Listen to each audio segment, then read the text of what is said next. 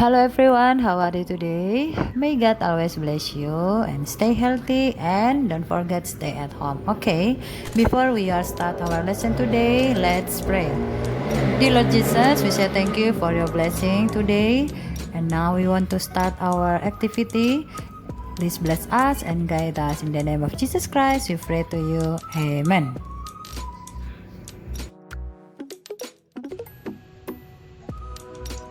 Okay, today we are going to lesson 3. Nah, sekarang kita akan melanjutkan pembelajaran 3. Apakah itu?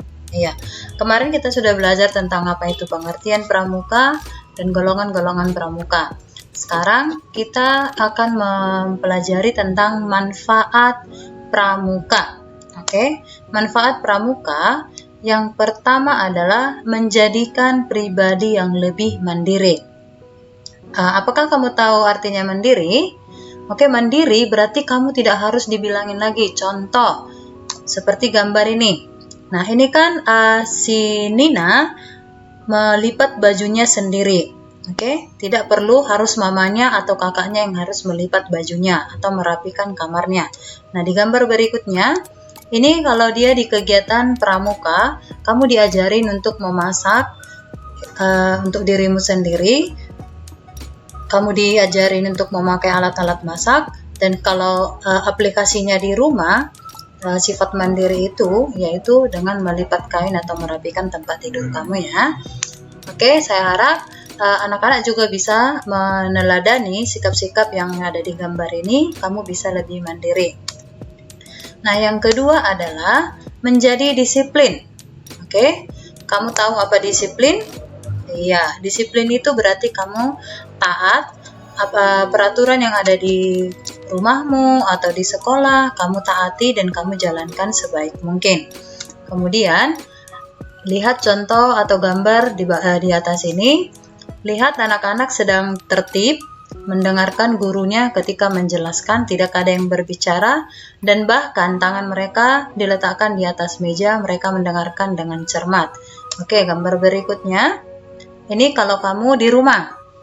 Kamu di rumah dikasih tanggung jawab sama orang tuamu, maka kamu melaksanakannya dengan penuh disiplin. Kamu aktualisasikan sifat disiplinmu di rumah seperti yang ada di gambar ini. Nah, yang berikutnya adalah bekerja sama. Oke, apakah kamu pernah melakukan kerja sama? Ya, tentu saja. Seperti di gambar ini. Kalau di rumah, hal yang bisa kamu lakukan adalah kamu bisa membantu orang tuamu atau mamamu ketika memasak. Itu kalau mungkin kalau perempuan, laki-laki juga bisa. Nah, kemudian apa lagi? Kalau di sekolah, ya di sekolah ini adalah salah satu kerjasama dengan piket. Oke, apakah yang selanjutnya? Iya, yang selanjutnya yang paling penting adalah percaya diri. Oke, lihat anak ini, dia tunjuk tangan. Artinya dia angkat tangan, dia menjawab pertanyaan dari gurunya dengan senyuman, dengan rasa tidak takut, artinya dia percaya diri. Apakah kamu bisa seperti ini? Tentu saja, look 1 pasti bisa, atau look level pasti bisa. Oke, nah yang di sini, lihat anak ini, dia membacakan sesuatu di depan teman-temannya dengan senyuman yang sangat lebar, tidak ada rasa canggung, dari ekspresinya tidak kelihatan bahwa dia takut atau malu. Oke? Saya harap juga anak look 1 atau look level bisa memiliki rasa percaya diri. Oke? Nah, selanjutnya gimana ya? Cara mengembangkan rasa percaya diri kita. Nah, lihat ini. Kepercayaan diri bisa dilatih dengan cara apa saja? Apakah kamu bisa menyanyi? Tentu saja semua orang bisa menyanyi, oke? Nah, lihat ini. Bagaimana cara kita untuk melatih rasa percaya diri kita? Yang pertama, sesuai pelajaran kita ini, kita bisa mempraktekkan membuat puisi dan membacakannya di depan orang tua kita. Karena saat ini kan masih di rumah belajarnya. Jadi kamu membaca di depan orang tuamu. Tapi kalau kamu misalnya di sekolah, kamu bisa membacanya di depan teman-teman kamu. Oke? Nah, selanjutnya bagaimana? Nah, menyanyikan lagu. Nah, tentu saja saat menyanyikan lagu, kamu harus menyanyikan dengan irama yang benar. Kita sudah belajar tentang irama kan? Nah, ada juga dalam lagu itu iramanya ada yang sama dan ada juga yang berbeda. Oke. Nah, sekarang kita berbicara tadi tentang puisi. Nah, apakah puisi itu?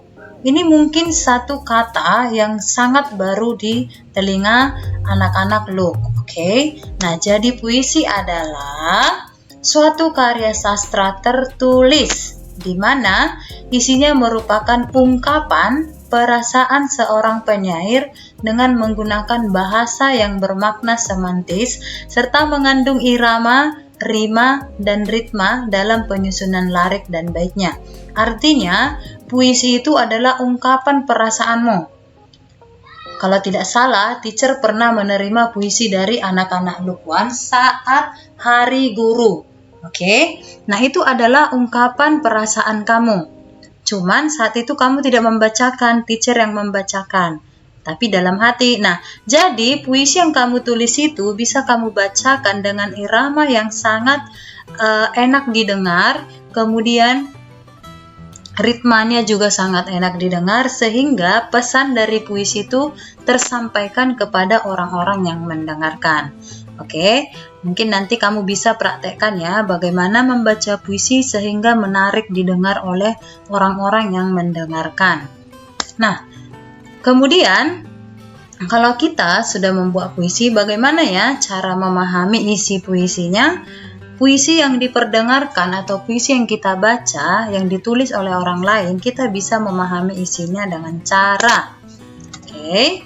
Nah, yang pertama, kita membaca puisinya dulu secara cermat dan seksama. Oke, secara cermat dan seksama. Kemudian, yang kedua adalah memahami isinya.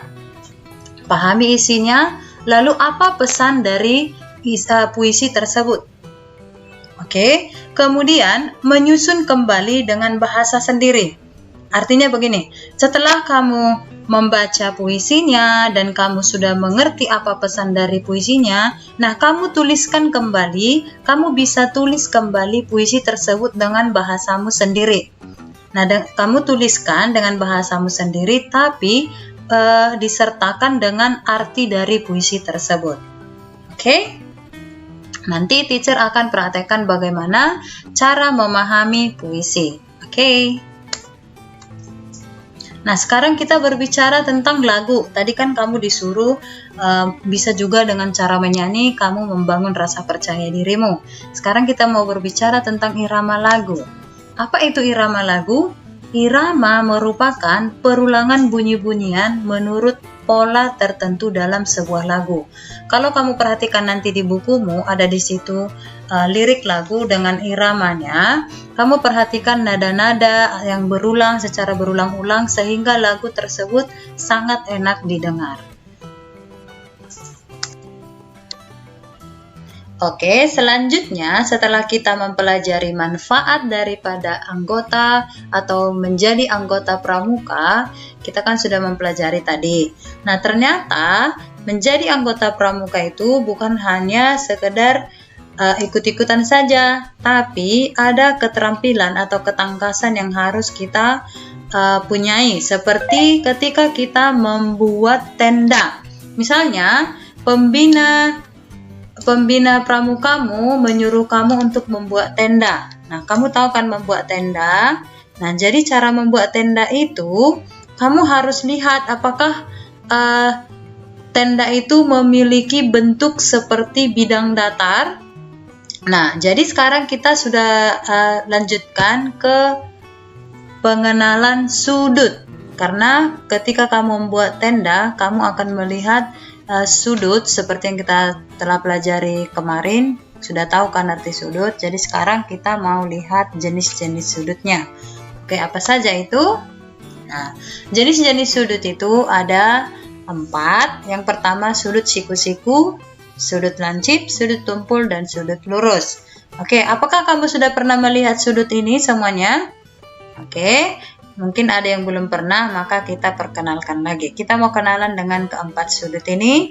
Kalau kamu kenalan dengan seseorang, berarti kamu harus tahu namanya dan kamu juga harus tahu minimal ciri-cirinya. Oke, jadi perhatikan baik-baik. Yang pertama adalah sudut siku-siku. Oke, lihat. Kalau dia sudut siku-siku, dia itu pertemuan dua garis lurus, tegak dan lurus. Oke. Nah, jadi besar sudut dari sudut siku-siku itu adalah 90 derajat. Inilah disebut dengan sudut siku-siku. Jadi, sudut tegak lurus ya. Oke. Nah, perhatikan.